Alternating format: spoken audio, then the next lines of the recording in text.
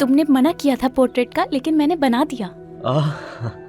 ये तो बिल्कुल मेरे जैसा लग रहा है, बस थोड़ी इसकी नाक मोटी लग रही है। क्या तुम्हें ये पसंद नहीं आया? बताओ मुझे। ठीक है, तुमने बनाया, मुझे ये मालूम नहीं था। बहुत अच्छा है। जब तुम मेरे घर के इतना करीब रहती हो तो ये लेकर क्यों नहीं आती?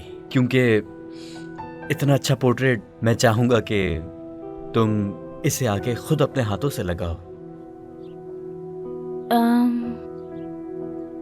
ठीक है, मैं ले आऊंगी। बंद करना होगा, अम्मी आ गई हैं। उन्हें पसंद नहीं है मेरा किसी लड़के से बात करना। आयशा,